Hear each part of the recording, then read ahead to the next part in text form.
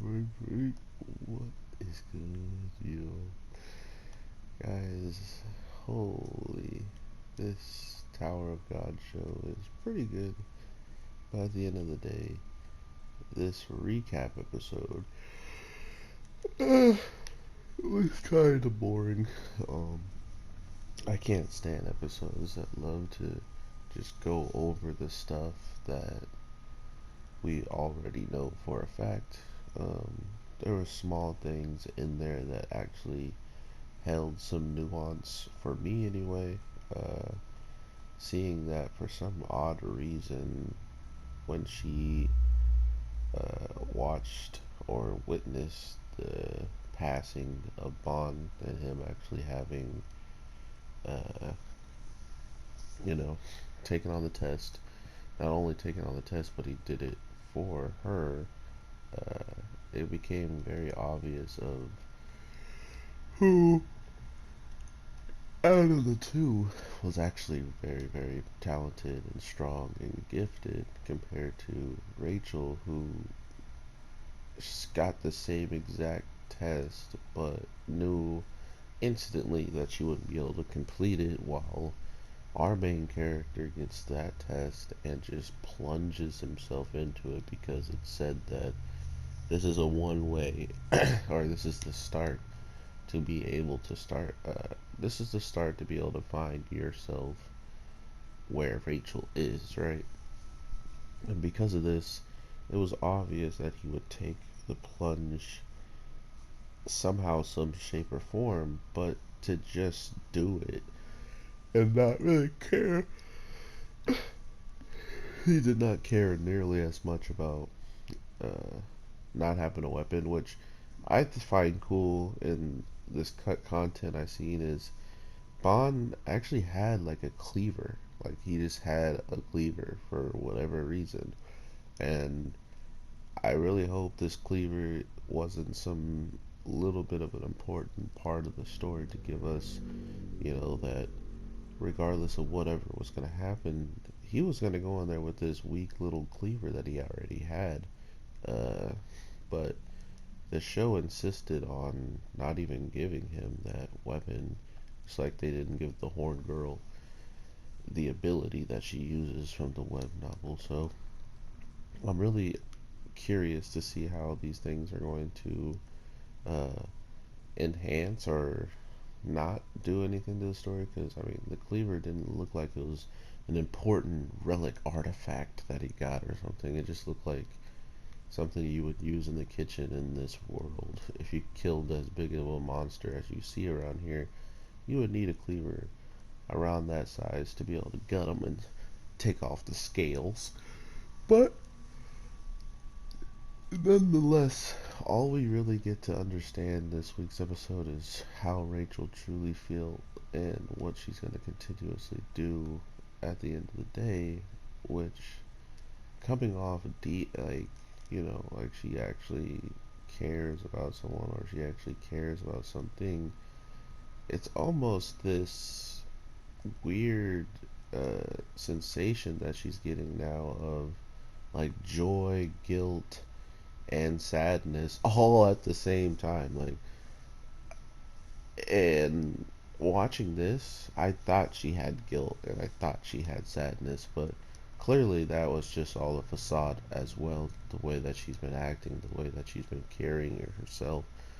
Um, Whenever our main character was saying something to her or hitting her with some very powerful one-liners, she was, tearing up and all this different stuff. But at the end of the day, she actually felt nothing. Like, none of those things really even touched her. And on the flip side of touching her, it actually made her even more upset and even more angry at the fact that he had become somewhat of a star in the sense of he shines bright for these people who enter his life.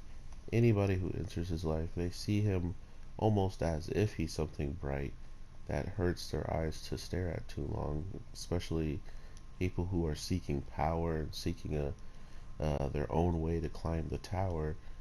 They see what he has going for him and they actually can't, they're like blinded by it. But then to look at the flip side, you have Rachel, who wants to see actual stars, but for some reason, the star she was meant to see was him the whole time. You were in front of a star though for your whole entire life, and you still wanted to go and see different ones or become one yourself, which unfortunately for her, she thinks she has become one. Like, she has done the most underhanded stuff ever and has become a star. And it actually makes me mad because I didn't think she had become one until the lines were said within the group of people who actually cared about Bond. Were like, oh, well, yeah, I mean, we owe him a favor. There's one thing we can do for him, even though he's not here, even though he passed away by being eaten by some bullfish. We can honor him. And people are like, honor him? Yeah, we'll take Rachel to the top. And I just sat there and thought to myself, like, oh my god, now she is become the main character to them. She has become what he left behind to hopefully be continued and followed forward. And there's actually no sign of betrayal in any of these people's eyes. Any of these people's eyes, except one. Our boy Coon, he's like, well, okay.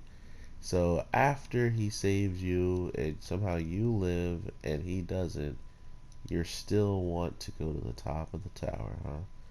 Interesting. I wish he met me first before he met you. And that lining right there in itself just goes to show you that there's something brewing in his mind, or some anger that has not been let out. And I got a good feeling he's going to be letting it out in some shape or fashion, man. But that is just me speculating. As of right now, I have no idea if he's actually going to, do anything remotely nasty towards Rachel, or if he even can without really making himself a bigger target. Uh, if everybody wants to do the tower climbing for Rachel because of Bond, and are you gonna dishonor that by attacking her and trying to expose her for something that not everybody else believes? None of these other people probably will believe that she's the reason why he's gone, seeing how much she cared about. I don't know, man. She's in the perfect position just to soak up all of this passion, this caring, all this stuff Bond has worked so hard to gain that he didn't even know he was gaining because he was so focused on saving her, on helping her, on pushing forward for her, that now we're starting to see just how many different people would have been throwing, a lot away just to help him at the end of the day, and he threw it away to help her. So it's this really cool contrast of what someone will do for others while that same person he's doing it for would stab him in the back 5 times over. So overall, Tower of God's first season was out of 10.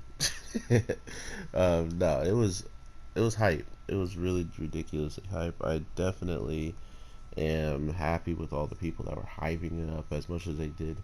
And to think that not a lot of the source material actually makes it in, and there's a lot of things that were like cut corners and stuff, it still got a relatively good and positive reviews from the people that I know have seen and read all of it.